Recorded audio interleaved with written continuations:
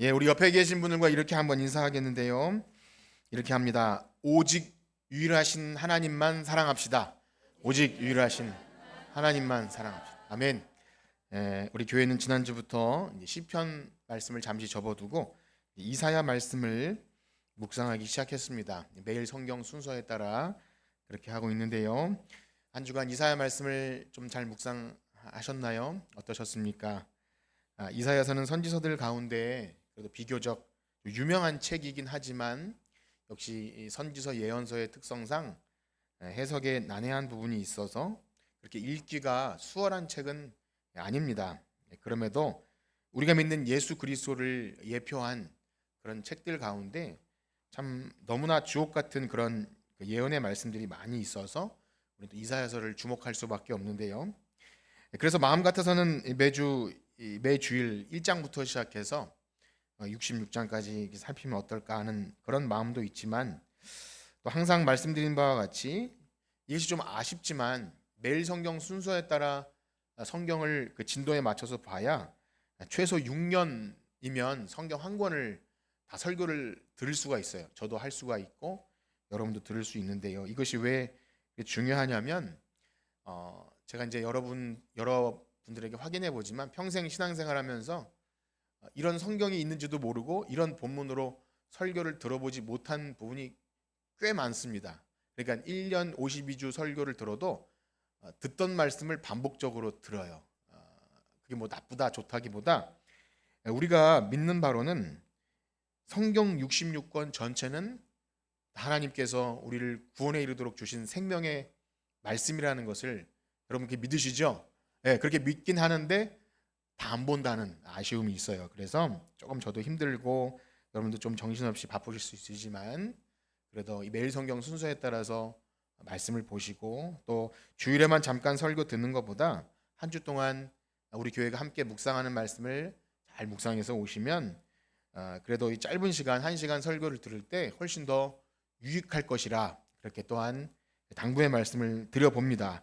자, 물론 이 말씀을 제가 여러 번 귀가 닳도록 반복적으로 해도 순종하시는 분이 있고 또 덜어는 뭐 그러든지 말든지 그냥 뭐 그렇게 하시는 분도 있을 거라 생각이 되지만 분명한 사실은 여러분들이 정말 참되게 하나님을 믿고 믿음이 성장하길 원한다. 그런 마음이 조금이라도 있으신다면 하나님 말씀 외에는 없습니다. 그렇게 믿으시죠? 하나님 말씀을 간절히 사모하고 읽고 듣고 지키고 말씀을 가까이 해야 그나마 성령님께서 은혜를 주셔서 믿음이 자라나게 하시는 것이지 결코 그냥 되는 일이 아닙니다. 어쩌다가 교회 와서 뭐 한번 울고 혹은 오늘은 좀 뭐 들을 만한 내용이 있었네 이런 정도로는 결코 믿음이 자라지 않아요. 사모하는 마음이 있으셔야 하고 준비되셔야 하고 그다음에 이번 주에 들은 말씀이 내 마음에 그래도 좀 부딪힘이 있고 그것이 계속 나이테가 늘어나듯이 그렇게 믿음이 자란 견고하게 하실 줄 믿습니다. 그래서 그런 마음을 가지시고 여러분들이 예배에 임하시고요. 이사야서에 관하여 잠시 말씀드리면 이사야는 그 이름 뜻이 여호와는 구원이시다. 그래서 그렇게 좀 많은 그래서 사람들이 알고 있는 이사야 선지자이고요. 기록된 배경은 1장에 보시면 유다 왕 우시야, 요담, 아스, 히스기야 생소하시죠? 그 이스라엘이 북이스라엘과 남유다로 갈라졌는데 그 가운데 남유다 예루살렘을 중심으로 한 다윗, 솔로몬, 르호보암 그쪽 유다 계열이죠. 그 왕들 4대에 걸친 시대에 유다와 예루살렘에 선포한 하나님 말씀이에요. 세상적인 용어로는 신탁이라고 하죠. 하나님 말씀을 받아서 사람들에게 전하는 선지자, 예언자인 것입니다. 그러나 사실 이사야의 예언의 내용이 단순히 유다와 예루살렘에 머물러 있지 않고요. 거기를 넘어서서 모든 민족과 방언과 족속과 열방에게 그들도 하나님의 전에 들어오게 될 것이라는 우주적인 구원을 선포하기 때문에 굉장히 범위가 넓고요. 시대도 그렇습니다. 그 내 왕 당대의 시대뿐만이 아니라 계속해서 반복적으로 마침내 그날에 하나님께서 뭔가 하시겠다. 미래적인 구원을 말하시면서 어디까지 가냐면 새하늘과 새 땅까지 가요. 새하늘과 새 땅은 주로 어디 등장합니까? 요한계시록 성경의 마지막, 그래서 많은 사람들이 이 이사야 말씀을 마치 모든 신구약 66권을 요약해 놓은 책 같다고도 표현합니다. 실제로 이제 그런 비슷한 부분이 있는데요. 어쨌든 이사야는 방대합니다. 내용이 방대하고 또 무엇보다 하나님께서 만세 전에 우리의 구원을 위해서 준비하신 예수 그리스도, 예수님을 예표하는 부분이 너무나 많아요. 그래서 대표적으로 몇 구절을 좀 찾아볼 텐데, 우리가 참 잘 아는 보라 처녀가 잉태하여 아들을 낳을 것이요 그 이름을 임마누엘이라, 그 이사야 7장 14절에 나오는 유명한 구절이고요. 이사야서 그도 9장에 가면 스불론과 납달리 땅, 좀 여러분들에게 생소할 수 있는데 갈릴리 지역이에요. 그런데 거기가 전에는 어두웠는데 빛이 비쳐서 정말 놀라운 일이 있을 것이다 하는 그런 예언이 성취되는 것을 마태가 이렇게 기록합니다. 우리가 몇 구절 읽어볼 텐데요. 마태복음 4장 13절에서 16절 읽어볼까요? 마태복음 4장 13절에서 16절 시작. 나사렛을 떠나 스불론과 납달리 가버나움에 가서 사시니 이는 선지자 이사야를 통하여 하신 말씀을 이루려 하심이라. 일러스되 스불론 땅과 납달리 땅과 요단강 저편 해변길과 이방의 갈릴리여, 흑암에 사는 많은 백성이 큰 빛을 보았고 사망의 땅과 그늘에 앉은 자들에게 빛이 비치었도다 하였느니라. 아멘. 뜬금없이 읽은 말씀이지만 지금 여기에 가버나움에 가서 사시니, 누가 거기 살았다는 거예요? 예수님이에요. 예수님인데 알고 보니 그것이 이사야 선지자가 예언했던 그 말씀이 성취되었다. 갈릴리 땅에 하나님의 아들이 임하셨다. 이런 내용이고요. 예수님께서 공생애를 시작하시기 전에 나사렛 회당에서, 유대인들이 모이는 회당에서 설교를 하십니다. 처음으로 이제 공적인 말씀을 전하시는데, 그때 이사야 말씀을 딱 펼치시더니 이렇게 설교하시는 거예요. 우리 누가복음 4장인데요. 한번 또 같이 읽어볼까요? 누가복음 4장 16절에서 21절 말씀입니다. 같이 읽어봅시다. 시작. 예수께서 그 자라나신 곳 나사렛에 이르사 안식일에 늘 하시던 대로 회당에 들어가사 성경을 읽으려고 서심해 선지자 이사야의 글을 들이거늘 책을 펴서 이렇게 기록된 데를 찾으시니 곧 주의 성령이 내게 임하셨으니 이는 가난한 자에게 복음을 전하게 하시려고 내게 기름을 부으시고 나를 보내사 포로된 자에게 자유를, 눈먼 자에게 다시 보게 함을 전파하며 눌린 자를 자유롭게 하고 주의 은혜를 전파하게 하려 하심이라 하였더라. 책을 덮어 그 맡은 자에게 주시고 앉으시니 회당에 있는 자들이 다 주목하여 보더니 이에 예수께서 그들에게 말씀하시되 이 글이 오늘 너희 귀에 응하였느니라 하시니. 아멘. 이 글은 무슨 글이에요? 이사야 말씀을 펴서 읽으신 거예요. 예수님이 읽으신 말씀. 우리가 읽는 이 이사야 말씀을 예수님도 읽으시고 이 글이 너희 귀에 응하였느니라. 예언이 성취되었다는 거죠. 이 글을 읽는 너희들은 드디어 주의 성령이 내게 임하였으니 가난한 자에게 복음을 전하고 기름을 부으사 포로된 자에게 자유를, 눈먼 자에게 자유. 이 놀라운 예언의 성취를 너희들이 목도한다. 얼마나 감격스러운 말씀입니까? 물론 인정하지 않았죠. 그들은 예수님이 이 구약의 선지자가 예언한 메시아임을 인정하지 않았지만 예수님은 스스로 성경을 입증하셨어요. 그리고 한 구절 더 읽어볼 텐데요. 우리가 고난 주간에 자주 묵상하는 이 고난당하신 예수님의 그 모습을 이사야 53장에서 이렇게 예언합니다. 이사야 53장 2절에서 5절까지 한번 봅시다. 이사야 53장 2절에서 5절 시작. 그는 주 앞에서 자라나기를 연한 순 같고 마른 땅에서 나온 뿌리 같아서 고운 모양도 없고 풍채도 없은즉 우리가 보기에 흠모할 만한 아름다운 것이 없도다. 그는 멸시를 받아 사람들에게 버림받았으며 간고를 많이 겪었으며 질고를 아는 자라. 마치 사람들이 그에게 얼굴을 가린 것 같이 멸시를 당하였고 우리도 그를 귀히 여기지 아니하였도다. 그는 실로 우리의 질고를 지고 우리의 슬픔을 당하였거늘 우리는 생각하기를 그는 징벌을 받아 하나님께 맞으며 고난을 당한다 하였노라. 그가 찔림은 우리의 허물 때문이요 그가 상함은 우리의 죄악 때문이라. 그가 징계를 받음으로 우리는 평안을 누리고 그가 채찍에 맞음으로 우리는 나음을 받았도다. 아멘. 이거 누구 얘기를 하는 거죠? 예수님. 우린 다 알고 있어요. 그런데 그 당시에는 도대체 이게 누구야? 누가 연한 순 같고 누가 이렇게 질고를 당했다는 거야? 누가 우리의 죄를 위에 허물을 찔림 당하고 누가 상하게 될 것인가. 사실 유대인들은 이걸 해석하지 못해요. 나중에 그 사도행전 보면 에디오피아 내시가 이 말씀을 읽다가 야, 이거 도대체 이게 누군가 고민하는데 나중에 그것을 빌립이 풀어주죠. 그게 바로 우리 죄를 위해 죽으신 예수 그리스도다. 그때 성령의 감동으로 내가 세례를 받아도 되지 않겠습니까? 이게 놀라운 일이 이 구약 성경의 예언. 예수님도요 늘 모세들과 선지자들과 시편에 있는 것이 다 나를 얘기합니다. 이렇게 그들에게 복음을 전하신 거예요. 그렇기 때문에 우리가 이 구약 성경 시편 이사야의 글 또 모든 글을 읽을 때 예수님을 발견하셔야 되고요. 절대 한 구석이라도 허투루 보셔서는 안 됩니다. 성령의 역사는요 오직 말씀을 통해서 우리에게 역사하는 줄 믿습니다. 그래서 이사야 첫 번째 시간이기 때문에 제가 여러분들에게 이사야가 이런 책이구나 하고 이렇게 관련 구절을 몇 군데 읽어봤는데요. 자, 그런데요 우리가 잊지 말아야 될 중요한 사실은 이사야가 궁극적으로는 오실 메시아를 예표하는 것은 분명하고 우리 신약을 사는 사람들에게는 가장 많은 가치를 거기에 두는 것은 사실입니다. 그런데 또 한 가지 기억할 것은 이것은 허공에 외쳐진 말씀이 아니라 당시를 살았던 그 시대를 살았던 실제 사람들에게 선포된 말씀이고요.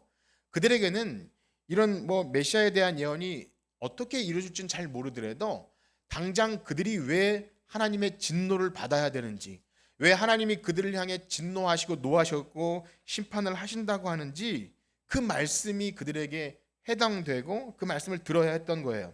물론 그 말씀을 듣지 못할 정도로 비참한 인생들이었기 때문에 결국 예수 그리스도께서 오셔야 그 모든 문제가 해결된다는 궁극적인 큰 틀에서는 그쪽으로 나가야 되겠지만 일단은 그렇습니다. 일단은 그들은 그 말씀을 듣고 회개하고 돌아와야 하나님의 진노를 피해요. 근데 그렇지 않으면 끝까지 말씀을 듣고 회개하지 않고 목을 곧게 하면 어떻게 된다는 거예요? 따라해 봅시다. 심판을 당한다. 심판을 당한다는 거예요. 죽는다는 거예요. 하나님의 벌을 받아서 그냥 쫓겨난다는 겁니다. 그 무서운 심판이 예언되고 있는 거예요. 결국 유다와 예루살렘은 그래서 어떻게 됐을까요? 1번 피했다. 2번 심판받았다. 심판받았어요. 안타깝게도 북이스라엘은요 끝까지 불순종하다가 조금 더 일찍 BC 722년에 아수르에 의해서 완전히 다 뿌리채 뽑혀 나갑니다. 약속의 땅에서. 그리고 조금 더 버티다가 이 유다와 예루살렘은 586년 조금 더 버텼죠. 그러나 계속해서 하나님 말씀을 듣지 않다가 끝내는 포로로 잡혀갑니다. 바벨론 포로로 잡혀가. 그 이야기예요.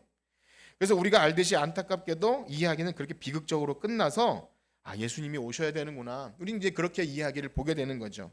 그런데요, 오늘날 신약을 사는 우리들에게 이 실패한 역사가 그럼 어떻게 의미롭게 다가옵니까? 실패했으니까 그들은 안 됐고 우리는 이제 예수님 때문에 된다. 그렇게 단순히 받아들일 수 있습니까? 그렇지 않아요.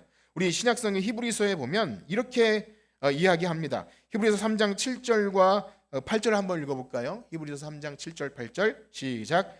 그러므로 성령이 이르신 바와 같이 오늘 너희가 그의 음성을 듣거든 광야에서 거역하던 것 같이 너희 마음을 완고하게 하지 말라. 우리 한 구절 더 읽어봅시다. 바울은 고린도전서에서 이렇게 구약을 얘기하죠. 10장 11절 12절 시작. 저희에게 당한 이런 일이 거울이 되고 또한 읽어보세요. 그런즉 선줄로 생각하는 자는 넘어질까? 아멘. 이게 이제 개역 한글에는 여기 본복인데 거울. 제가 그래서 일부러 그걸 찾았다가 그렇게 말씀드렸는데 옛날 성경에 이제 거울이라고 되어 있어요. 거울은 뭐죠? 누굴 비추죠? 나를 비춰요. 이게 본복이. 그러니까 히브리서 말씀이나 이 고린도전서 말씀이나 사실은 출애굽한 이스라엘 백성들이 광야에서 실패한 이야기인데요. 그런데 그 당시에도 이미 가나안 땅에서 이 왕들이 실패할 것까지 하나님 말씀해 주셨어요. 그러니까 이것은 그냥 과거의 죽은 역사가 아니라 우리에게까지 이어지는 역사라는 거예요. 그래서 이것이 그냥 허투루 들을 것이 아니라 그렇구나. 우리가 그의 음성을 오늘날 듣거든. 우리 조상들이 광야에서 시험하던 것 같이 그렇게 하면 안 되겠구나. 그렇게 교훈과 책망과 바르게 함과 의로 교육하는 것이 이 성경이 우리의 유익한 줄 믿습니다. 우리 그래서 그렇게 성경을 봐야 하는 겁니다. 자, 그래서 이 구약이 살아갔던 성도들의 삶은요, 우리에게 너무 중요한 거예요. 그래서 이사야를 보면서 그런 관점으로 보게 될 것입니다. 첫 번째는 궁극적으로는요, 불순종한 인생들은 안 된다. 구약의 모든 역사는 인간은 안 된다. 이 이야기예요. 율법의 정죄 아래서 하나님의 율법의 요구를 이룰 수 없는 비참하다. 그렇기 때문에 아들 예수 그리스도가 오실 수밖에 없는 그 이야기, 큰 틀에서 그렇게 보시고요. 그러나 두 번째는 이제 이렇게 그리스도의 은혜로 구원받은 성도라면 이제 그렇다면 그들의 조상들이 하나님의 은혜가 없을 때 행했던 그런 삶을 살지는 말아야 할 것 아닌가? 다시 개가 그 토였던 것을 먹은 그때로 돌아가서는 안 되는 것 아닌가? 이 불순종의 역사를 살지 않아야겠다라는 교훈의 말씀으로 이 말씀을 봐야 한다는 겁니다. 자, 그러한 측면에서 오늘 본문 이사야 선지자는 유다 백성들이 왜 하나님의 진노하심을 받을 수밖에 없는지를 구구절절히 이야기하는데요. 오늘 요약적으로 이제 1장과 3장에서 크게 두 가지만 말씀드리고자 하는 것입니다. 첫째는 뭐냐면 그들이 입술로는 하나님을 섬겼습니다. 그러니까 제사도 잘 지냈고 예배도 잘 드렸고 오늘날로 말하면 교회도 안 빠졌고 헌금도 했고 그다음에 정성껏 기도도 하는 것 같았어요. 근데 실제적으로는 마음이 없는 형식적인 예배를 그저 죽은 종교 행위를 반복하였기 때문에 하나님은 그것을 가증히 여기셨고 너희들 더 이상 그런 예배 드리지 마라. 그렇게 너무 슬프게 애통하듯이 하나님의 말씀을 전합니다. 우리 그 부분을 좀 길지만 다 같이 읽어볼 텐데요. 1장 2절에서 15절까지를 저와 여러분들이 좀 내용을 잘 생각하면서 한번 읽어봅시다. 저와 여러분들이 교독을 하겠습니다. 1장 2절에서 15절입니다. 제가 먼저 읽겠습니다. 하늘이여 들으라, 땅이여 귀를 기울이라. 여호와께서 말씀하시기를 내가 자식을 양육하였거늘 그들이 나를 거역하였도다. 저는 그 임자를 알고 나귀는 그를 알건만 이스라엘은 알지 못하고 나의 백성. 슬프다 범죄한 나라요 허물진 백성이요 행악의 종자요 행위가 부패한 자식이로다. 그들이 여호와를 버리며 이스라엘의 거룩하신 이를 만홀히 여겨 멀리하고 물러갔도다.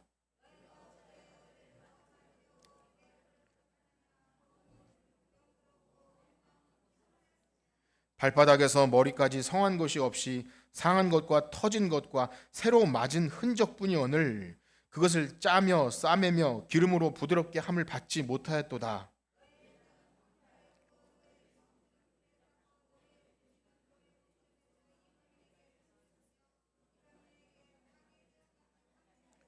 딸 시온은 포도원의 망대같이 참외밭의 원두막같이 애워싸인 성읍같이 겨우 남았도다.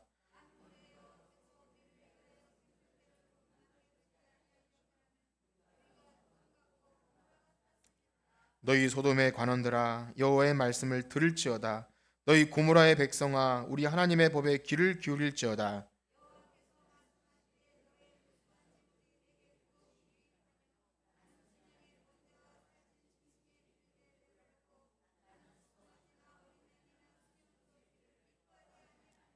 너희가 내 앞에 보이러 오니 이것을 누가 너희에게 요구하였느냐? 내 마당만 밟을 뿐이니라.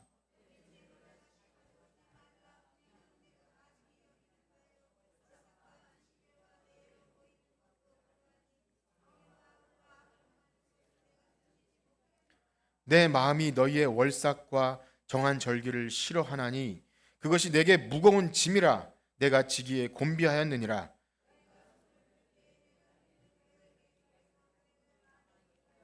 내가 듣지 아니하리니 이는 너희의 손에 피가 가득함이라. 아멘. 우리 사랑하는 성도 여러분, 이 선지자의 이 슬픔에 찬 애곡인데요. 거의 장례식에서 장송곡을 부르듯이 한 이 외침인데요. 이 외침이 여러분들의 귀에는 어떻게 들리셨습니까? 읽으시면서 어떠한 감정을 느끼셨습니까? 이 부분이 꽤 길었지만 제가 설교 시간에 이 부분을 다 읽은 이유는 우리가 이런 선지자의 글을 볼 때 사실 요약하면 몇 마디 말로 요약할 수 있는 부분입니다. 오늘날 뭐랄까요, 챗 GPT나 그런 AI가 잘 발달을 해서 책의 내용이나 이사야가 무슨 내용인가를 해보면 금방 요약적으로 정리가 돼요. 유다 백성은 불순종으로 심판을 받게 될 것이고 그들은 실패했지만 그리스도께서 구원하실 것이다. 그렇게 뭐 몇 마디로 요약할 수 있겠죠. 그런데 그냥 그렇게 이야기하면 되지 왜 선지자는 구구절절히 사람들 듣기 좋은 말도 한두 번인데 뭐 이렇게 길게 나열하는 것입니까? 이렇게 그들의 불순종과 패역함과 너희들은 지금 정수리부터 발바닥까지 상한 것이 없고 너희들 지금 드리는 예배는 엉망진창이고 그런 얘기를 왜 이렇게 길게 하는 것입니까? 바로 누구 들으라고 하는 얘기죠? 바로 지금 오늘 우리들 보고 들으라고 하는 얘기. 그들은 다 죽고 없어요. 근데 왜 이 말씀을 우리가 들어야 하는 겁니까? 그리고 우리가 이 말씀에 오늘 어떻게 반응하는지를 스스로 점검하라는 겁니다. 그렇습니다. 우리는 오직 성경을 외치는 개혁교회입니다. 그러니까 전에 카톨릭이나 혹은 다른 좀 우상적인 기독교처럼 성경을 읽지 않아도 어떤 신비한 체험이나 아니면 느낌적으로 그냥 뭐 하나님이 멀리 계시겠지 정도가 아니라 이 계시의 말씀을 읽고 듣고 이 말씀이 우리에게 무엇을 하는 것을 마음에 부딪혀서 깨닫고 생명에 이르는 회개가 일어나야 그것이 믿음이고 구원이라고 말하는 오직 성경을 말하는 기독교입니다. 그렇다면 우리는 성경에서 내가 듣기 좋은 말씀만 골라서 은혜되는 것, 소위 이제 듣기 좋고 감동이 되고 은혜되는 것만 들을 것이 아니라 이렇게 성경에서 많은 분량을 들어서 성경을 구성해 놓았다면 그 길이만큼 가치를 두고 신중하게 진지하게 말씀을 들어야 할 줄 믿습니다. 여러분 어떠신가요? 성경 66권 내용이 이렇게 많은데 우리가 아는 몇 구절 하나님이 세상을 이처럼 사랑하사 독생자를 주셨으니 뭐 이 정도 혹은 차에다 붙이듯이 능력 주시는 자 안에서 모든 걸 할 수 있느니라 뭐 이 정도 뭐 아니면 좀 우습게 내 시작은 미약하였으나 나중은 창대하리라 그거 말고 뭐 몇 가지 아시는 게 있습니까? 그러니까 주일날 설교를 들은 말씀은 몇 가지입니까? 그런데 이런 말씀 가지고 너희는 성전 마당만 밟을 뿐이라 이런 말씀을 주일날 낮에 듣고 가면 아 오늘 은혜 받았다 할 수 있겠습니까? 그런데 들으라는 거예요. 그걸 듣고 그 말씀을 어떻게 반응하는가가 그가 참되게 구원받은 자인지 아니면 상관없는 자인지를 알게 합니다. 여러분 그래서 예수님은 어떻게 듣는지 삼가라. 너희가 하나님 말씀을 어떻게 지금 듣고 반응하는지를 자꾸 물으세요. 저도 여러분들에게 그래서 물어요. 여러분 어떻게 들으십니까? 어떻게 반응하셨고 설교를 어떻게 들으십니까를 묻는 거예요. 잘하는지 못하는지를 묻는 게 아니에요. 전 잘 못해요. 근데 그 듣고 어떤 반응이 있었고 그래서 목장 모임에서 내가 이 말씀 때문에 회개하는 것이 있었는지 어떤 나의 어떤 하나님 앞에 불충한 것이 있었는지를 자꾸 확인하라는 거지 뭐 지식을 쌓으라는 것이 아닙니다. 성경은 그런 얘기가 너무 많아요. 심판과 책망과 또 이렇게 너희들이 못한 것. 그래서 오늘날 현대교회는 이런 얘기를 하기 싫어하죠. 아 힘들게 일주일 동안 살다가 교회 와서 좀 자다가 일어나도 잘 된다는 얘기 들으면 얼마나 기분 좋게 식사 한 그릇 하고 돌아가면 좋겠나 이런 생각하지만 교회는 그런 곳이 아닙니다. 성경 66권을 정직하게 쪼개서 우리가 하나도 빠짐없이 잘 읽으면 거의 대부분은 우리의 죄를 건드리고 심판과 저주와 너희들은 너희 허물과 죄로 죽었던 그런 인생들임을 계속해서 강조합니다. 그러나 참되게 복음으로 구원받은 성도들은 근실하게 그 말씀을 들어요. 그리고 나의 죄를 자백합니다. 이것이 진실한 반응입니다. 그렇습니다. 제가 지금 무슨 말씀을 드리라고 이럽니까? 첫 번째 내용, 그들이 심판받을 수밖에 없는 내용은 하나님 말씀을 허투루 들었어요. 하나님께 드리는 예배도 거짓 종교 행위였던 거예요. 그러니까 그들이 절기를 드리고 뭐 여러 가지 종교 행위를 해도 뭐만 밟는다고요? 성전 마당만 밟아요. 마당만. 그러니까 수박 겉핥기도 아닌 거예요.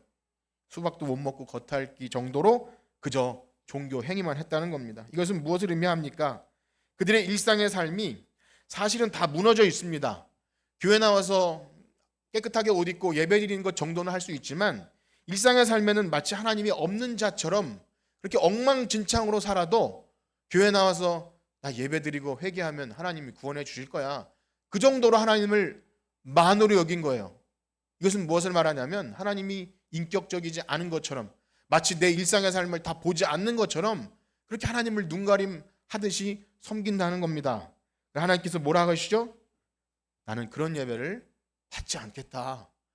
때려쳐라. 그냥 집에 돌아가라. 누가 성전 문을 좀 막았으면 좋겠다까지 말씀하세요.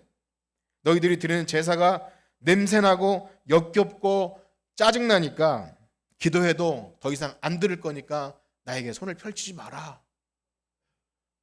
어떻습니까? 여러분, 이런 말씀을 들으면 우리에게 어떤 생각이 드시나요? 제가 좀 우스갯소리로 중고등부 아이들 학생들에게, 야, 교회 앞에서 너희들 한 주 동안 제대로 못 살았으니까 예배 드리지 마. 문을 맞으면 어떨 것 같아? 아싸, 오늘 예배 안 드린다 하고 돌아간다고 하죠.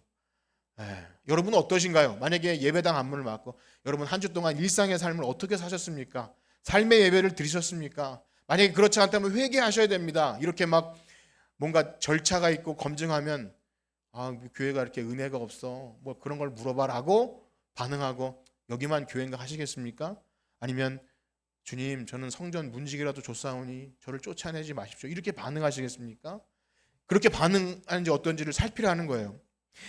말씀은 그런 겁니다. 500년 전 유대 민족이 그렇게 안 좋았네, 저들은 참 문제가 많았네, 그것이 아니라 오늘 예배하러 나온 여러분들에게 묻는 거예요. 사랑하는 성도 여러분, 어떠하십니까? 한 주 동안 어떤 삶을 사셨습니까? 제가 여러분들을 물어도 대답하거나 검증하지 않습니다. 하나님이 여러분들에게 물으시고 들려지는 설교를 통해 점검하시라는 거예요. 그래서 생각을 집에 두고 오지 마시고 꼭 교회 가져오셔서 듣고 그것으로 마음도 불편해지시고 회개도 하시고, 그래야 여러분들의 믿음이 성장할 줄 믿습니다. 그것이 없이는 만년이 지나도 늘 어린아이예요. 아주 자그마한 것에 삐지고 상처받고 교회를 나오냐 안 나오냐, 이 모든 일은 말씀으로 그가 다듬어지지 않았기 때문이고 사실은 믿음이 없는 겁니다. 크리스찬이 아닌 거죠. 위험한 사실입니다. 만약 목사가, 교회가 그걸 가르치지 않았다면, 그냥 마당만 밟게 했다면 그것은 하나님이 저를 책망하실 것이기 때문에 여러분들 심각하게 말씀을 드립니다. 여러분, 예배에 목숨을 거시길 축복합니다.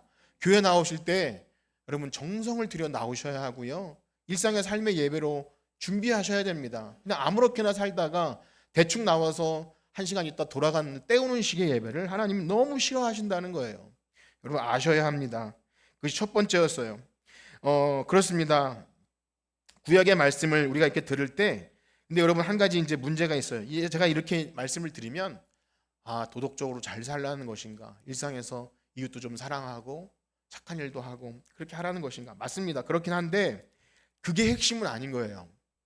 즉 일상에서 우리가 크리스찬으로서 정직한 삶을 살고 이웃을 사랑하고 하는 것 중요한데요, 그들이 그렇게 될 수밖에 없던 이유는 뭐냐면 정말 그들 안에 하나님을 사랑하고 그분을 더 알기 원하는, 그래서 두렵고 떨림으로 하나님의 존재를 인식하고 살아가는 그것이 없었기 때문입니다. 그게 뭐냐면 하나님과의 관계가 끊어졌기 때문에 사실은 예배도 무너지고 도덕적인 타락도 일어났던 거예요. 이사의 전반적인 내용이 그렇습니다. 먼저 하나님을 알고자 하는 마음 자체가 없어요. 그냥 그분이 누군지 몰라도 내가 이렇게 열심히 예배 나오면 복을 주실 거야, 기도하면 응답하실 거야 정도로만 알지, 그치, 우상 섬기는 것이군요. 그런데 하나님이 나를 아시고 내가 어떤 마음을 품는 건지 아시기 때문에 내가 그 하나님을 속일 수 없고, 그래서 이웃을 어떻게 해야 되며 자녀에게 어떻게 해야 되며, 이런 관계들이 끊어졌기 때문에 마치 하나님이 없는 자처럼 살았다, 그렇게 하는 것입니다. 그렇습니다. 여러분 어떠하십니까? 여러분 하나님과 인격적으로 연결이 되어 있으신가요?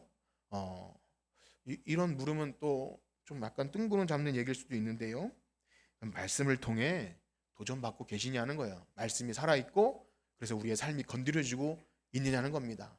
인격적인 관계를 한다고 해서 누가 하나님과 대화하고 소통해서 음성을 듣고 이런 차원이 아니라 살아계신 하나님의 말씀이 엄위한 말씀으로 들려서 두렵고 떨림으로 나오시냐는 겁니다. 그렇습니다. 만약에 우리가 정성스럽게 뭘 드리고 절기를 지키고 착한 일을 많이 하고 기부를 하고 그런 차원이 아니라 먼저 하나님을 마음을 다해 목숨을 다해 힘을 다해 뜻을 다해 사랑함이 있는가, 그래서 예배하고 전도도 하고 그래서 나와서 성도들을 섬기는 것이 있느냐 하는 것입니다. 그래서 주의 전을 사모하는 마음이 있느냐는 거예요. 가장 첫 번째는 하나님과의 관계입니다. 만약 여러분들에게 제가 이걸 물었지만 그것이 확실치 않고 희미하고 도대체 그게 무슨 말이냐라는 상태에 있다면 여러분들이 하는 모든 신앙 행위들은 다 하나님이 받지 못하시는 죽은 종교 행위입니다. 이 말이 너무나 좀 비참합니까? 근데 그렇다는 거예요. 이사야 선지자가 그래요. 아무리 겉으로는 화려해도 하나님과 연결이 끊어져 있다면 죽은 종교 행위다. 그 우상들에게나 갖다 바쳐라. 여러분 정말 무섭지 않습니까? 저는 사실 이 말씀을 여러분께 드리면서도 저 자신이 두려울 수밖에 없는 것입니다. 이렇게 물을 수 있겠죠. 목사님은 그렇게 사셨습니까? 좀 두렵습니다. 자기 자신을 살피는 일에 있어서는요, 누구도 예외가 없어요.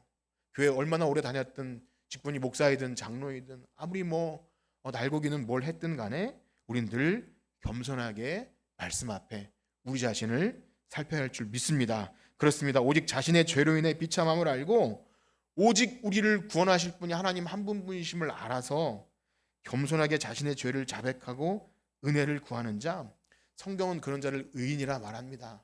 내가 아무리 착한 일을 많이 하고 종교적 선행을 많이 하고 예배를 잘 드려도 그것은 우리의 자격이 되지 않아요. 이것이 첫 번째입니다. 제가 요약적으로 말씀드린다고 했는데 요약인 거예요. 사실 이사야 전체 내용이 그렇습니다. 두 번째는 이것입니다. 오늘 3장 읽은 내용인데요. 3장 1절에서 3절까지 한번 읽어봅시다. 3장 1절에서 3절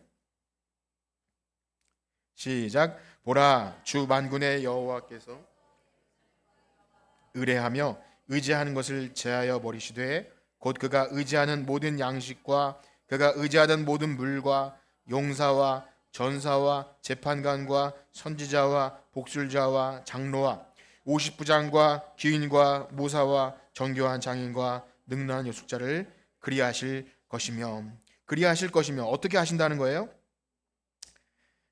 제하여 버리신다고 합니다. 그런데 여기 반복적으로 등장하는 단어가 있죠. 1절에서 무슨 단어입니까? 의뢰하며 의지하며 또 의지하는 모든 양식과 의지하는 모든 물과 의지하는 것, 그것을 지금 강조하고 있어요. 그리고 이어서 자신 먹고 살 양식, 물, 그리고 사람. 그 2장 끝에 보면 코에 호흡이 있는 사람을 의지하지 말라. 그런데 그는 사람을 의지해. 지도자, 군인들, 거기다가 좀 뜬금없이 무당, 점쟁이, 요술사들이 껴 있어요. 유다임에도 불구하고 그들이 요술사, 오늘날로 말하면 무당, 점쟁이들을 의지했는데 그것을 제거해 버리겠다 이렇게 말씀하세요. 참으로 무서운 일입니다. 여기 하나님보다 더 의지하는 것, 그것이 물이나 양식일지라도 우리 삶에 꼭 필수적인 요소라 할지라도 하나님은 그것까지라도 건드려서 너희들이 나보다 더 사랑하는 것을, 그래서 안 되겠다는 것을 알게 하시겠다는 거예요. 그리고 그것이 우상이라고 하는 겁니다. 우상.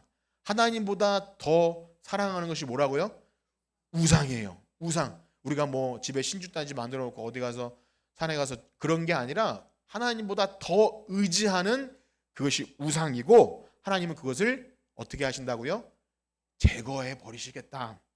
놀라운 사실은 이 모든 것들이 다 삶에 필요한 거예요. 필요 없어서가 아니에요. 어떤 사치품이 아니에요. 언약 백성들에게 말씀에 잘 순종하면 복으로서 공급해 주시겠다 약속하셨고 실제로 이런 지도자들도 하나님이 세우신 종들입니다. 물론 여기 지도자 그룹에 말씀드린 대로 무당 점쟁이가 있는 것은 굉장히 비꼰 거죠. 사실은 이스라엘의 그 직제, 그 지도자 그룹에는 요술사, 마술사 없어요. 근데 그들 안에 있었다는 것은 약간 비꼬듯이 기록한 건데 어쨌든 하나님은 자신을 의지하지 않고 세상 사람들이 추구하는 돈과 명예와 권력, 우리 가운데 그러실 분은 안 계시지만 하나님을 믿으면서도 무당 점쟁이를 찾아가서 앞날이나 날짜나 어떤 것을 받는다, 그걸 다 우상이고 하나님의 진짜 택함 받은 백성이라면 끊어 놓으시겠다라고 하는 겁니다. 사랑하는 성도 여러분, 어떠하십니까? 하나님보다 더 의지하고 의뢰하는 대상이 있으신가요? 어떠세요? 하나님보다 더 신뢰하고 의지하는 대상이 있으십니까? 그것이 물질이든 명예이든 사람이든 자녀이든 나의 노후 대책이든 뭐든 하나님보다 더 의지하고 사랑하는 것이 있느냐 하는 거예요. 사실 우리가 이렇게 물으면 뜬금없는 질문에 대답하기 어렵은데요. 실제로 그것이 문제가 되잖아요. 그때야 알게 돼요. 내가 하나님보다 이걸 더 사랑했구나. 그렇게 알게 돼요. 그래서 하나님은 신호를 보내십니다. 놀랍게도요, 하나님은 우리에게 최고의 사랑을 요구하세요. 두 번째, 세 번째 그런 거 없어요. 그렇게 되면 하나님은 하나님과의 관계는 깨진 거예요. 하나님을 최고로 알기를 원하세요. 하나님을 우리 삶의 최고로 두기를 원하십니다. 그것이 바로 십계명 1계명이에요. 십계명 1계명 뭐죠?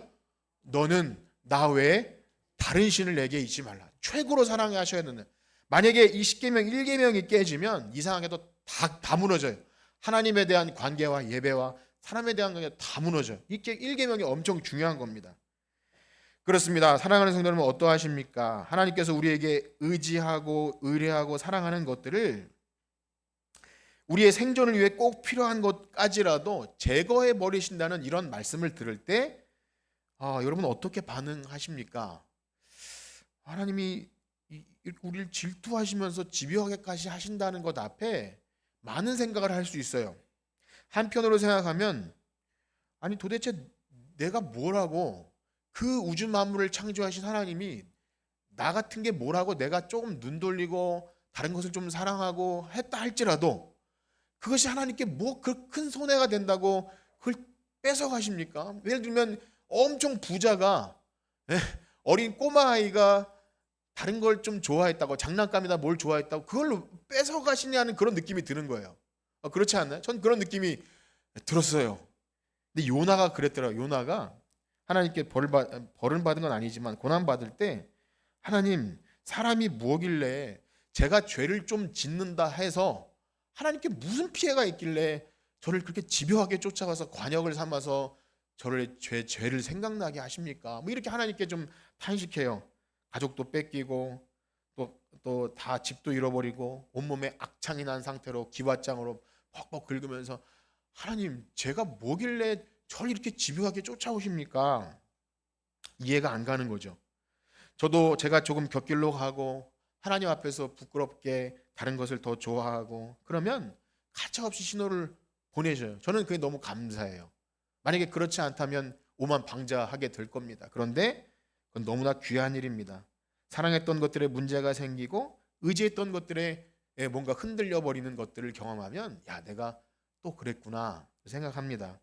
그렇습니다. 사랑하는 성도 여러분, 하나님은 자기 백성을 그렇게 다루신다는 것을 믿으시기를 축복합니다. 우리를 깨닫게 하시기 위해서 강대국도 사용하시고요, 세계의 정치와 경제와 전쟁, 직장 상사, 이웃, 질병, 지나가는 알지 못하는 사람까지 다 동원해서 우리로 하여금 하나님을 바라보게 하시는 줄 믿습니다. 언약 백성들은 그것을 아는 거예요. 어떤 사람들은 그거 우연이지, 뭐 그럴 수도 있는 거 아닌가? 아닙니다. 하나님 백성은 어떤 것을 통해서라도 신호를 주셔요. 왜 그렇습니까? 하나님은 우리를 사랑하셔서 구원하시기 위해 무엇을 거셨죠? 아들을 거셨어요. 자기 아들을 거셨는데 우리를 포기하시겠습니까? 절대 포기하지 않아요. 무슨 수를 써서라도 우리를 제자리에 돌려놓기 위해서 다리 몽둥이를 부셔뜨려서라도 머리를 깨뜨려서라도 불러오시는 줄 믿습니다. 여러분, 이런 하나님의 사랑을 하나님 뭘 질투로 하시나, 여기 이기적이시거나 이렇게 말할 수 있을까요? 여러분, 우리는 누군가에게 내 사랑을 다 주지도 않아 놓고 때로는 나만 바라보라고 그렇게 황당한 요구를 할 때도 있지 않습니까? 왜 내 말을 안 듣고 왜 나를 바라보지 않느냐고 그렇게 할 수 있지 않습니까? 우리는 그런 이기적인 인생이잖아요. 그런데 하나님은 우리를 사랑하시기 위해 자신의 생명을 다 거셨는데 왜 하나님이 우리에게 그런 요구를 하는 것이 부당한가요? 여러분, 하나님이 우리에게 그런 요구를 하신다면 우리를 끔찍히도 사랑하신다는 것을 알고 그 하나님의 신호에 올바로 반응하시길 축복합니다. 놀랍게도 이 반응에 무뎌지는 순간 점점 더 멀어져요. 더 무뎌지고 하나님의 신호를 받을 수 없습니다. 그렇습니다. 하나님은 결코 우리를 포기하지 않을 거예요. 이사야의 말씀은 그런 겁니다. 내가 무슨 수를 써서라도 너희를 되돌려 놓겠다. 그런데 우리가 놓치지 말아야 할 한 가지 사실이 있습니다. 우리는 사람들과의 관계에서도 우리가 진심으로 대하지 않고 피상적으로 대하면서 최소한의 의무를 행하면서 마치 하나님과의 관계가 연결된 것처럼 그렇게 속일 수가 있는 거예요. 사람 사이에 그것이 가능할 수 있습니다. 매우 연기를 잘하면 노력을 통해서 우리는 멀쩡해, 우리 부부 관계는 멀쩡하고 우리 가정은 괜찮아, 우리 교회와 무엇은 좀 괜찮다고 그렇게 속일 수 있을지 모르겠습니다. 그러나 기억하십시오. 하나님은 결코 속일 수 없습니다. 우리의 형식적인 예배, 또 마음이 없는 예물, 하나님을 사랑한다고 하면서 여전히 다른 것을 얻기 위한 수단과 도구로 하나님을 이용하는 것을 하나님은, 이런 표현 죄송하지만 귀신처럼 다 아세요. 하나님을 뭐 귀신이라고 하면 너무 죄송하지만 하나님은 신이시기 때문에 아셔요. 너희들 그런 예배 드리지 마라. 내가 다 알고 있다. 너 마당만 밟고 가는 거야. 이렇게 알고 계셔요. 내가 너희들이 의지하던 모든 것 다 제거해 버리겠다. 진노를 하셔요. 왜 그렇습니까? 여러분, 우리를 만드신 하나님이 우리의 모든 얼굴, 표정, 몸짓, 안색만 봐도 다 아신다는 거예요. 그리고 우리를 주목하셔요.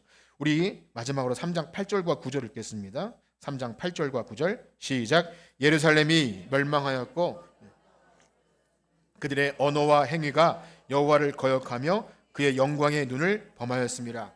그들의 안색이 불리하게 증거하며 그들의 죄를 말해주고 숨기지 못함이 소돔과 같으니 그들의 영혼에 화가 있을진저 그들이 재앙을 자취하도다. 아멘. 이 부분을 많이 설명드릴 수 없지만 하나님은 그들의 언어와 행위를 기억하셔요. 그리고 안색을 보셔요. 아무리 숨겨도 숨길 수 없는 그들의 안식이 그들의 죄를 증언해 준다는 겁니다. 우리들이 아무리 겉으로 보기에 화려하고 위선적인 종교 행위를 해도 하나님은 우리의 중심을 보시고 얼굴빛을 보셔요. 9절에는 그래서 안색이 불리하게 증거하기 때문에 얼마나 비참한 표현을 쓰냐면 하나님 백성이 음란하고 불순종해서 멸망당한 소돔과 고모라라고 그렇게 부르세요. 창세기 9장에 나오는 그 롯의 처가 소금 기둥이 된 그 소돔과 고모라 있지 않습니까? 하늘에서 불이 내려 심판받은 그들과 같다라고 말하는 것이 얼마나 참 부끄럽고 죄송한 일입니까? 숨길 수 없습니다. 사실 좀 우리 안색을 숨겨야 어른스러운 거잖아요. 물론 우리 가운데는 얼굴을 숨길 수 없어서 그가 삐졌는지 뭔가 불편한지 우린 다 드러내잖아요. 그렇죠? 우린 다 드러내는 사람들이에요. 그런데도 잘 숨겨서 안 들키는 경우도 가끔씩 있어요. 혹시 목사님은 속일 수 있고 목장 리더는 속일 수 있어도 주변 사람은 속일 수 있어도 사랑하는 성도 여러분, 하나님은 속일 수 없습니다. 그걸 아셔야 돼요. 정말 두렵고 떨림으로 서셔야 돼요. 교회에서, 가정에서, 직장에서 내가 하나님을 인식하고 의식하고 말하고 있는지 행동하고 있는지 우리 안색을 하나님이 유심히 살펴요. 우리가 무엇을 의지하고 있는지도 다 보고 계셔요. 우리가 하나님을 최고로 두고 있는지 아니면 두 번째, 세 번째 부수적으로 두고 있는지도 하나님은 살피셔요. 우리가 하나님을 가장 최고로 알고 예배하고 있는지 아니면 남아도는 시간과 물질을 드리고 있는지도 보십니다. 여러분, 하나님은 우리를 보고 계셔요. 사랑하는 성도 여러분, 어떠하십니까? 여러분, 이 설교가 여러분들의 마음을 혹 불편하게 하였습니까? 그렇게 되기를 축복합니다. 그렇게 되셨다면 여러분들 향하여 돌아오라는 하나님의 말씀을 제대로 들으신 거예요. 그리고 돌아오기를 축복합니다. 너희가 오늘 그의 음성을 듣거든 너희 조상들이 마음을 강팍하게 했던 것처럼 하지 말고 회개하고 하나님과 화목하기를 축복합니다. 혹 여러분들 가운데 이 설교가 아무리 들어도 나와는 별 상관없는 것처럼 여겨지시거나 아니면 아무런 반응이 일어나지 않고 있습니까? 그렇다면 굉장히 심각하게 여기셔야 합니다. 교회 얼마 나온지 아는 초신자는 그럴 수 있지만 만약에 교회를 다녔음에도 난 이사야 말을 들어도 듣기는 들어도 알 수 없고 보기는 보기도 깨닫지 못하다면 그것은요, 한번 따라해 볼까요? 영적으로 죽어 있음입니다. 내가 영적으로 죽었다고요? 아니에요. 죽은 거예요. 하나님의 말씀에 반응하지 않는 상태는 영적으로 죽은 겁니다. 그런 분들이라면 하나님, 저도 들리게 해주세요. 말씀을 듣고 반응하게 해주세요. 저도 회개하고 싶습니다. 저의 잘못을 깨닫게 해주세요. 제가 아끼던 것 가져가서라도 꼭 하나님 알게 해주세요. 그렇게 기도하길 축복합니다. 그것이 하나님의 언약 백성이에요. 우리가 이 땅에 사는 삶은 잠깐입니다. 하나님께서는 그렇게 우리에게 신호를 주실 것이고 우리가 하나님만을 바라보게 하실 것입니다. 사랑하는 성도 여러분, 한 주간 사시면서 이사야를 묵상하면서 조금 불편하고 거북해도 진실하게 읽으시고 우리의 삶의 마음에 부딪혀서 하나님께로 돌아가는 저와 여러분들 되시기를 주님의 이름으로 축복합니다. 기도하겠습니다. 하나님 아버지, 부족하고 죄송스럽지만 저도 하나님 말씀 앞에 늘 겸손히 서야 합니다. 그래야 부끄럽지만 말씀을 전할 수가 있고 또 우리 사랑하는 성도들이 말씀 앞에 돌아올 수가 있습니다. 하나님 우리 교회와 우리 가정과 우리가 늘 대면하는 많은 사람들, 우리는 하나님의 얼굴이고 편지이고 우리를 통해서 하나님의 살아계심을 증언해야 되는데 우리가 하나님과의 관계가 깨져버린다면 예배가 무너지고 삶이 무너지고 도덕적인 우리의 행위까지 무너져 버리면 도대체 하나님께서 우리를 통해 무엇을 하시겠습니까? 하나님 우리를 불쌍히 여겨주셔서 다시금 회복하게 하시고 우리가 어디서부터 회복되어야 되는지 그 상처조차 알지 못하는 무지함에 있다면 말씀을 통해 다시 점검하게 하시고 우리의 마음 중심에서 하나님을 최고로 알고 하나님을 예배하는 것이 우리의 삶의 목적임을 알아서 하나님을 영화롭게 하고 하나님을 기뻐하는 우리 모두가 되게 하여 주시옵소서. 감사하며 예수님의 이름으로 기도드립니다. 아멘.